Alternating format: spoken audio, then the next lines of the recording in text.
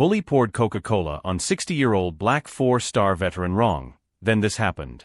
The dark liquid slowly trickled down the white plastic table, dripping onto the McDonald's floor as 19-year-old Tyler Morrison held the empty cup with a satisfied smile. "Oops, too bad," he said, clearly without the slightest regret. "Lady, you shouldn't be taking up 2 tables when there are people who need to sit down." Retired General Patricia Williams, 60, watched as the soda destroyed her medical documents scattered across the table. 35 years of military service, 4 stars earned with blood and determination, commander of over 50,000 soldiers on 3 different continents.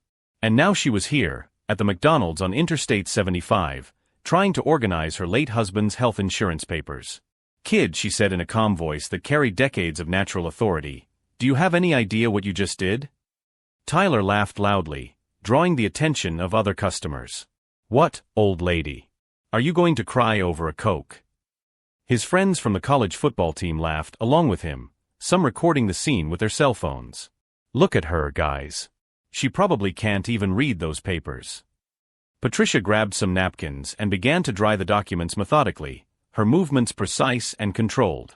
40 years ago, she had defused bombs in Afghanistan with the same calculated patience. "Are you sure you want to continue down this path?" "Which path, Grandma?" Tyler leaned over the table, invading her personal space. "What are you going to do? Hit me with your imaginary cane." Laughter echoed through the restaurant as other customers looked down, clearly uncomfortable but too afraid to intervene. The manager of the establishment, a young Latina, approached hesitantly. "Excuse me, is there a problem here?" "Problem?" Tyler turned to her arrogantly. "The only problem is that this old woman is taking up half the restaurant with useless paper. Tell her to clear the table." Patricia folded the wet napkins with military precision and placed them in Tyler's empty glass. Her eyes, however, had that dangerous serenity that only someone who has commanded soldiers in a war zone can develop. It was the same look that had intimidated enemy generals in negotiating rooms, the same that had kept thousands of subordinates in line. "Young man," she said finally, her voice low but carrying an authority that silenced the entire restaurant, "you clearly have no idea who I am. And that," she smiled in a way that made Tyler recoil unconsciously, "is going to be a lot of fun." Tyler felt an inexplicable chill, but his youthful arrogance quickly masked any insecurity. "Wow, how scary," he said, turning to his friends. "Guys, this old lady is trying to intimidate me." What Tyler Morrison didn't know was that he was dealing with the only black woman to achieve 4 stars in American military history, an expert in psychological operations, holder of 15 medals of honor, and owner of a photographic memory for faces, names, and details that had saved countless lives in battle. If this story of prejudice and underestimation touched your heart, don't forget to subscribe to the channel, because what happened next proved that some people learn the hard way that war veterans aren't just harmless old people. They're strategists trained to win any battle life throws their way. Tyler wasn't satisfied with just spilling the Coke. While Patricia methodically dried the wet documents, he pulled out his cell phone and started recording. "Guys, check this out," he said to the camera, filming the scene. "War veteran pretending to be important at McDonald's. How pathetic." "Tyler, man, maybe you should stop there," muttered Jake, one of his friends, clearly uncomfortable with a situation that was escalating beyond what was acceptable. "Stop? I'm just getting started." Tyler turned the camera on himself, striking that arrogant pose typical of a fifth-rate influencer. "Guys, you won't believe what I found here. An old lady who thinks she deserves respect just because someone said she was in the military." He laughed loudly, turning back to film Patricia. "I bet she can't even do a push-up." Patricia continued organizing her papers, but her military eyes were cataloging every detail. Tyler Morrison, State University t-shirt, approximately 6 feet 1 inch, tattoo on his right arm, high school graduation ring still on his finger. 40 years of training in military reconnaissance and intelligence were not easily erased. "You know what, Grandma?" Tyler leaned over the table again. "I think you should clean the floor too. Since you're down there anyway, picking up your wet papers." That's when Patricia looked up, and Tyler felt that chill again. For a moment, he had the strange feeling that he was being analyzed by something much bigger and more dangerous than he could comprehend. It was as if every word he said was being recorded not only on her cell phone, but in some kind of infinitely more accurate and relentless database. "What's your name, kid?" Patricia asked in that same calm voice. Why do you want to know? Are you going to call the police? Tyler laughed, but there was something about the question that bothered him. Tyler Morrison. So what? Tyler Morrison, she repeated, as if memorizing each syllable. State University, from what I can see on your t-shirt. Football team, considering your posture and the mouthguard in your pocket. Approximately 19 years old, probably driving that red Mustang parked in 2 spots outside, the only one with a fraternity sticker. The accuracy startled Tyler for a moment, but his youthful arrogance quickly masked any apprehension. Wow, what a detective, he scoffed. Sherlock Holmes with a cane. What Tyler didn't know was that he was dealing with someone whose entire career had been built on the ability to assess threats, gather intelligence, and neutralize targets with surgical precision. Patricia Williams had coordinated operations that removed dictators from power, orchestrated rescue missions in hostile territories, and developed strategies that saved thousands of civilian lives. Do you have family here in town, Tyler? Patricia asked, carefully folding a used napkin. What are you getting at, weird old lady? But there was something about the way she asked these questions that was starting to really bother Tyler. It was as if each answer was being filed away for future use. Other McDonald's customers watched the scene with the typical cowardice of those who prefer to pretend they don't see injustice happening right in front of them. A mother pulled her children away, an elderly couple lowered their eyes, and even the employees seemed reluctant to intervene against a group of noisy college students. Tyler noticed the audience and decided to intensify the show. Hey everyone, are you seeing this? He said to the other customers, gesturing theatrically. This military grandma here is trying to interrogate me like she's some kind of officer. He turned to Patricia with a cruel smile. Newsflash, ma'am, you're not in charge of anyone anymore. You're just a regular old lady with wet paperwork. Patricia finished organizing the documents she could save and carefully placed them in a plastic folder. Her movements remained precise, almost ritualistic, as if each action were part of a larger protocol that Tyler couldn't comprehend. Tyler Morrison, she said again, this time writing something down in a small notebook she took out of her purse. Very well.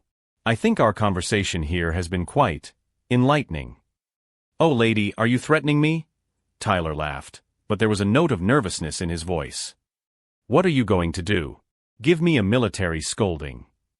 Patricia closed the notebook and put it back in her purse with the same military precision. Young man, she said, slowly rising from the table, you've just given me a very valuable lesson about who you really are. And now, she smiled in that way that made the entire restaurant fall silent again. I'm going to return the favor. As Patricia calmly made her way to the exit, Tyler tried to mask his growing discomfort with more bravado for the camera. Did you see that, guys? The military grandma ran away when things got serious. But something about the way she had written down his name, the precision with which she had catalogued every detail about him, the absolute calm with which she had absorbed every insult, made Tyler feel that he had just awakened something much bigger and more dangerous than his college mind could process.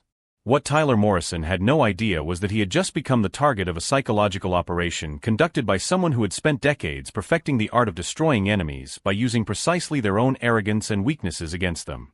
3 hours after the incident at McDonald's, Tyler was at his fraternity celebrating his victory, as if he had won a military medal. The video he had recorded was already circulating on the university's WhatsApp groups with the title "Trolling a Senior at McDonald's Epic Fail." Dude, did you see the old lady's face when you spilled the Coke on her? Brandon laughed, passing Tyler a beer. She was like, frozen. I bet she still can't believe someone had the guts to put her in her place.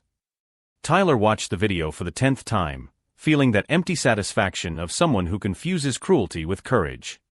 Man, these veterans think they deserve respect just because someone said they fought in some war. Like, okay, cool, but that doesn't give you the right to take up space that isn't yours. What Tyler didn't know was that while he was celebrating his youthful achievement, Patricia Williams was sitting in her modest apartment doing exactly what she had perfected during decades of military operations, gathering intelligence on the enemy. Her laptop was open to multiple tabs. Tyler Morrison's social media, Instagram with 2,400 followers, mostly college friends. Public Facebook showing parties, football games, and the typical arrogance of someone who has never had to fight for anything in life. Tyler Morrison, 19, son of Richard Morrison, owner of 3 car dealerships in the area. But the real intelligence came when Patricia called Lieutenant Colonel Marcus Thompson, her former subordinate who now worked as a digital security specialist for the FBI. "General Williams," Marcus said with that genuine respect that only those who had served under her could express, "when I heard you had called, I almost couldn't believe it. How can I help you?" Patricia smiled. For 15 years, Marcus had been her most competent intelligence officer. If anyone was capable of gathering comprehensive information on Tyler Morrison in a matter of hours, it was him. "Marcus, I need you to do me an unofficial favor. Nothing illegal, just well-organized public information." "Go ahead, General." Tyler Morrison, 19, student at State University. "I want to know everything: academic history, disciplinary records, online activity for the last 6 months, and especially anything about his behavior on social media that might indicate a pattern of prejudice or aggression." Marcus asked no questions. During years of military operations, he had learned that when General Williams requested intelligence, it was because she was planning a strategy that would be simultaneously precise, devastating, and completely justifiable. "How much time do you have?" 48 hours. "Considering it's for you, I'll have it in 24. Meanwhile, Tyler continued to intensify his campaign of humiliation. The McDonald's video wasn't enough. He created an Instagram story showing the defeated veteran, and added the song "Another One Bites the Dust" as the soundtrack. In the comments he wrote, "When you put SJWs in their place, face with tears of joy, #veteran trolled, #respect is earned." The post quickly garnered likes and comments from his fraternity friends. "Tyler legend, based king. These veteran feminists think they're special," his followers wrote, further feeding his inflated ego. Patricia watched everything from her apartment, cataloging every post, every comment, every public display of prejudice and arrogance. It was like watching an enemy placing explosives around his own position, completely oblivious to the fact that he was providing all the ammunition necessary for his own destruction. The next morning, Tyler decided to escalate even further. During a class on diversity and inclusion, ironically mandatory for all students, he raised his hand and asked, with a provocative smile, "Professor, what about when veterans use their military status to gain privileges they don't deserve? Like, taking up space that could be useful for more productive people?" The room fell silent. Professor Davis, a 45-year-old black man, asked calmly, "Could you be more specific about what kind of privileges you are referring to, Mr. Morrison?" Tyler, encouraged by the attention, decided to elaborate. "Like yesterday, there was a veteran at McDonald's occupying 2 tables just because she thought she deserved it. When someone told her to make room, she tried to intimidate everyone with this respect the veterans thing. As if going to war gave her this special right to bother everyone." Several students looked at each other, uncomfortable with the direction of the discussion. A young woman named Jessica raised her hand. "Tyler, don't you think veterans have really sacrificed a lot for the country and deserve our respect?" "Sacrificed?" Tyler laughed loudly. "Jessica, half of these veterans enlist because they're not competent enough to do anything useful in civilian life. Then they use it as a crutch forever." What Tyler didn't know was that Jessica had discreetly recorded the comment on her cell phone and, after class, posted it in the college study group with a caption, "I can't believe people like this study at our university." While Tyler continued digging his own digital grave, Patricia received a call from Marcus. "General, I have the information you requested. And I must say," he paused significantly, "the material is quite enlightening. Can you send me a summary now?" Tyler Morrison has an extensive history of problematic behavior. 3 formal complaints of bullying in high school, 2 disciplinary warnings at university for inappropriate conduct during social events, and Marcus hesitated. General, his social media posts from the last few months are a goldmine. Prejudiced comments about the military, women, minorities. It's all documented. Patricia smiled in that way that had intimidated dictators at negotiating tables. "Marcus, do you still have contacts in the military press?" "Yes, General. Several." "And do you know journalists who cover veterans' issues?" "Of course." "Great. I want you to prepare a complete dossier on Tyler Morrison. All posts, all comments, all evidence of a systematic pattern of prejudice against veterans. But don't publish anything yet. It's not time." "Understood, General. May I ask what the plan is?" Patricia looked at the uniform hanging in her closet, the 4 stars shining even in the dim light of the apartment. Marcus, in my 40-year career, I've learned that the best strategy against an arrogant enemy is to let him expose himself completely before attacking. Tyler Morrison thinks he's winning a war that hasn't even started yet. And when does it start, General? When I'm sure that the counterattack will be so complete and devastating that he'll never recover.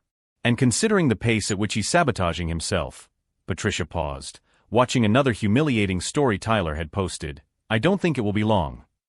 Because there is a fundamental difference between provoking a 60-year-old woman at McDonald's and awakening a 4-star general who has spent her entire life turning complex strategies into decisive victories.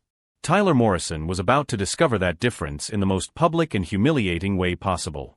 As he celebrated his petty cruelties as great victories, he had no idea that every post, every comment, every display of prejudice was being carefully catalogued by someone who had orchestrated the defeat of enemies far more dangerous and intelligent than a spoiled college student with a superiority complex. 48 hours after the incident at McDonald's, Tyler woke up to his phone exploding with notifications. 53 unread messages, dozens of tags on Instagram, and missed calls from numbers he didn't recognize. Still sleepy, he opened the first link he had received. Young college student humiliates black 4-star veteran in restaurant, videos go viral. Tyler's blood ran cold. The article on Veterans Today, the country's largest military news portal, wasn't just about the incident at McDonald's. It was a complete dossier of his digital life, screenshots of all his prejudiced posts, the video of the class where he disparaged veterans, offensive comments he had made about the military, women, and minorities over the past 2 years. But what really terrified him was the photo that opened the article. General Patricia Williams, in full military uniform, with her 4 stars clearly visible, accompanied by a caption that made his legs tremble. Retired General Patricia Williams, first black woman to reach 4 stars, 35-year veteran, responsible for operations that saved thousands of civilian lives. No, no, no. Tyler muttered, frantically scrolling through the article. Each paragraph was a nuclear bomb on his reputation. The military journalist had done a meticulous job, connecting each of Tyler's offensive posts with official statements about respect for veterans, counterbalancing his youthful arrogance with the extraordinary achievements of Patricia Williams. His cell phone rang. It was his father, Richard Morrison. Tyler, you imbecile, do you have any idea what you've done? His father's voice was charged with a fury he had never heard before. My company is being bombarded with calls. Clients are canceling contracts. You humiliated a 4-star general, Tyler. Do you have any idea how serious this is? Dad, I didn't know she was. You didn't know, Richard shouted. Tyler, this isn't about what you knew. It's about who you are. These posts, these comments, this pattern of prejudice you've been displaying for years. Tyler realized with horror that his own parents had read everything. Every offensive comment, every display of arrogance, every piece of evidence that he had been raised to be a young man with fundamentally flawed values. At 10:30 a.m., Tyler received an official call from the state university. Dean Patricia Henderson, what a cruel irony of names, he thought, informed him that he was suspended pending a full investigation into conduct incompatible with institutional values. His scholarship was cancelled immediately. But this is just a misunderstanding, Tyler stammered. Mr. Morrison, the dean's voice was icy. We have recordings of your statements in class, we have your public posts, and we have evidence of a systematic pattern of discriminatory behavior. This is not a misunderstanding. It is who you have chosen to be. At 11:15 a.m., Tyler's fraternity posted an official statement completely disassociating itself from him. The Delta Sigma fraternity does not tolerate any form of discrimination against veterans, minorities, or any member of our community. Tyler Morrison does not represent our values and is permanently banned from all activities. At 12:30 p.m., Tyler discovered that the original video he had recorded at McDonald's was being used by General Williams herself in a national campaign against bullying veterans. She had turned his cruel humiliation into an educational tool, publicly demonstrating how to respond to prejudice with dignity and effective strategic action. But the coup de grace came at 2 p.m., when Tyler received an email from a military law firm. General Williams had filed a civil suit for defamation, using every post, every comment, every piece of digital evidence Tyler had created against himself over 2 years. The email attachment contained a statement that made Tyler sit down on the floor of his dorm room. General Patricia Williams has served in 3 war zones, commanded over 50,000 soldiers, coordinated humanitarian operations that saved 200,000 civilians, and received 15 awards for valor and leadership. Her contribution to national defense is invaluable. Mr. Morrison's defamatory comments constitute clear slander against a high-ranking officer. Tyler desperately tried to delete his posts, but it was too late. Everything had been archived, printed, catalogued. Every piece of evidence of prejudice he had produced over the years was being systematically used against him by someone who had spent decades perfecting psychological warfare strategies. At 4 p.m., Tyler made the call he hoped he would never have to make. "General Williams, please, I wanted to apologize." "Mr. Morrison," Patricia's voice was calm, professional, devastating. "Your apology has come too late.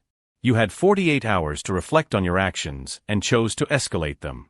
You posted 3 additional stories ridiculing me, made derogatory comments in class, and demonstrated that your behavior was not an isolated mistake, but a systematic expression of who you really are. But I can change. I can learn." Tyler, during my 35-year military career, I learned the difference between people who make mistakes and people who are the mistake. You didn't disrespect me by accident. You disrespected me because you saw a 60-year-old black woman and assumed you could do so with impunity. Patricia paused for what seemed like an eternity. "The difference between us, Tyler, is that I've spent my entire life protecting the rights of people like you to be prejudiced. Now, I'm going to use those same rights to ensure that your actions have the appropriate consequences." Tyler hung up the phone, his hands shaking. He looked around the college dorm room that would soon no longer be his, at the football trophies that no longer meant anything, at the privileged life that had imploded in less than 3 days.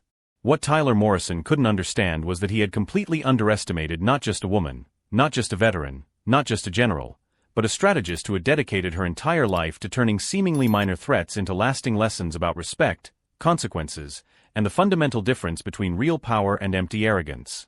As Tyler faced the realization that he had destroyed his own future with his own hands, one last question echoed in his terrified mind. If a simple Coke spilled on an old lady could result in the systematic destruction of everything he valued, what else had he missed about the real power of the people he had spent his entire life underestimating?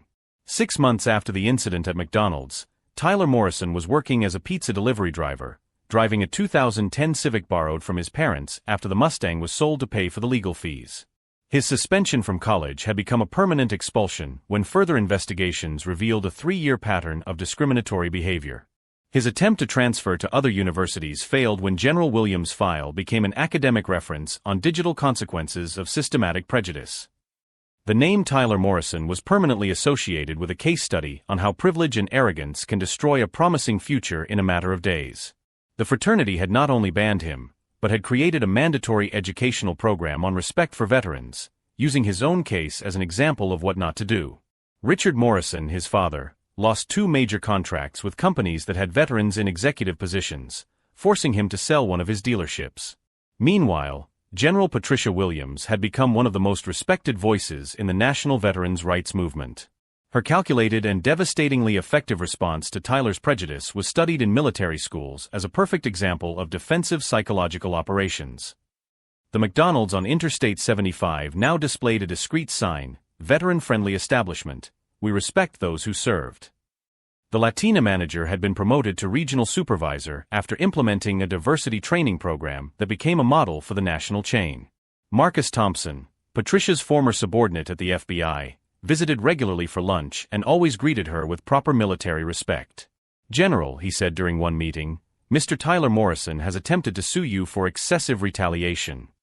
Patricia smiled as she organized new medical documents, this time from her own life insurance, which had increased significantly after her inspirational lectures gained national recognition. And how did it end? The judge dismissed the case in 15 minutes. He said that natural consequences of public actions do not constitute retaliation, but education. The boy's lawyer didn't even try to appeal. Tyler had desperately tried to rebuild his online image, creating posts about personal growth and learning from mistakes. But every employer, every university, every relationship opportunity inevitably encountered the case that had become a digital legend about how not to treat veterans. The last time Patricia saw him was during one of her lectures at the local community college on leadership after service. Tyler was in the back of the auditorium, clearly trying to go unnoticed. During the question and answer session, He raised his hand hesitantly. "General," he said in a voice that carried 6 months of real consequences, "as someone who made a terrible mistake, how can I truly demonstrate that I've learned?" Patricia watched him for a long moment, seeing no longer the arrogant young man who had spilled coke on her documents, but someone who finally understood the real weight of his actions. "Tyler," she said, using his name for the first time without hostility, "real change doesn't happen in motivational posts or public apologies. It happens when you spend years rebuilding your character through consistent actions that demonstrate genuine respect for people you don't need to impress." The audience fell silent, witnessing a rare moment of possible redemption after justice had been served. Start by helping veterans without expecting recognition.